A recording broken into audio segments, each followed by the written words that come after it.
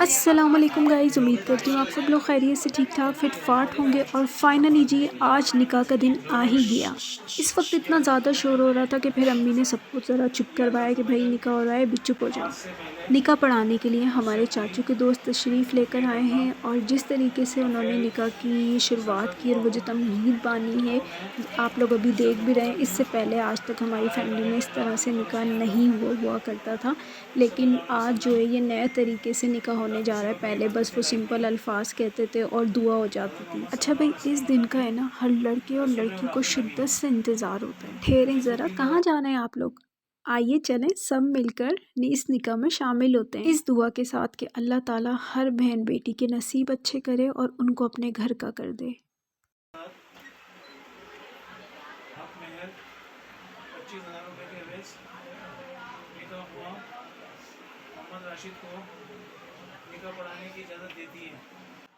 और इस स्टेज के ऊपर हमें आके पता चला कि सबसे अहम चीज़ तो हम भूल कर आ गए, क्योंकि हमने एक पूरी शीट बनवाई थी कि उसके ऊपर हम अपने भाई और भाभी के सिग्नेचर करवाएंगे निकाहनामे पे। और साथ साथ जो है वो डिफरेंट हमने एसेसरीज़ बनाई थी, पेन वगैरह, उसको बड़े अच्छे से डेकोर किया था। फिर बहन ने भाई को कहा कि चलो जल्दी जल्दी घर पे वापस चलते हैं और फिर वहाँ से वो चीज़ें लेकर आते हैं। यहाँ अम्मी से और भाई से फिर ज़ोरों वाली हमें डांट पड़ी। हमने कहा भाई क्या कर सकते हैं, आप शादी वाला घर है, इतनी ज़्यादा जिम्मेदारियाँ होती हैं, इतनी ज़्यादा चीज़ें देखनी होती है। कभी कोई आवाज़ दे रहा होता है, कभी कोई आवाज़ दे रहा होता है, कभी कोई चीज़ रह जाती है, कभी पॉलर का मसला होता है भाई, कभी मेहंदी का मसला होता है, तो कुछ ना कुछ तो आगे पीछे हो ही जाता है। फिर हमने काजी साहब को कहा कि आप फ़िलहाल जो है निकाहनामे के ऊपर सिग्नेचर करवा लें, तब तक अभी हम घर से जाके शीट और वो पेन भी ले आते हैं और फिर हम उस शीट पे भी सिग्नेचर करवा लेंगे और अपना एक अच्छा सा फ़ोटो सेशन भी करवा लेंगे और उस क्लिप को रिकॉर्ड भी कर लेंगे।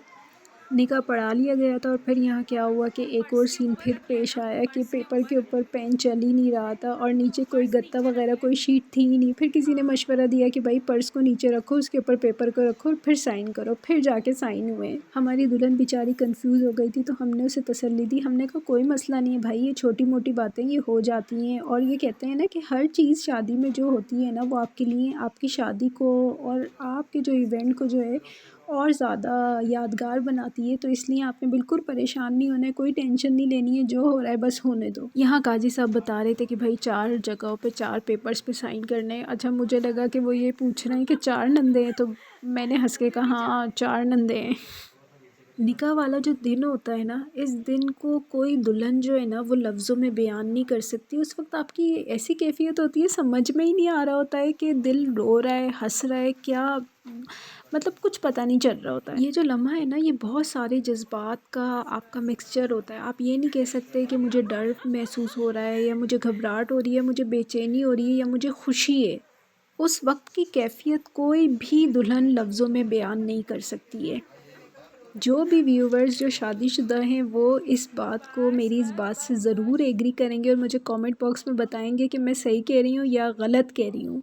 ज़रा ठहरें, मुझे ये तो बताएं कौन कौन शुरू से अब तक जो है साथ साथ है और पूरी इस रस्म में हमारे साथ है, एंजॉय करवा रहा है और पूरा उसने निकाह देखा है। एक भी उसने क्लिप या एक भी सेकंड के लिए वो इधर उधर नहीं हुआ। अपना नाम वो कमेंट बॉक्स में बताएगा और साथ साथ कि वो मेरे ब्लॉग को कहाँ से देख रहे हैं। आज के दिन हम सब लोग इतना ज़्यादा खुश हैं माशाल्लाह कि छोटा भाई उसकी भी शादी हो गई और हमारी भाभी जो है वो हमारे घर आ रही हैं। और अल्लाह के फजलो करम से सारे काम काज अब तक जो है वो बेहतर के साथ सर अंजाम पा चुके हैं।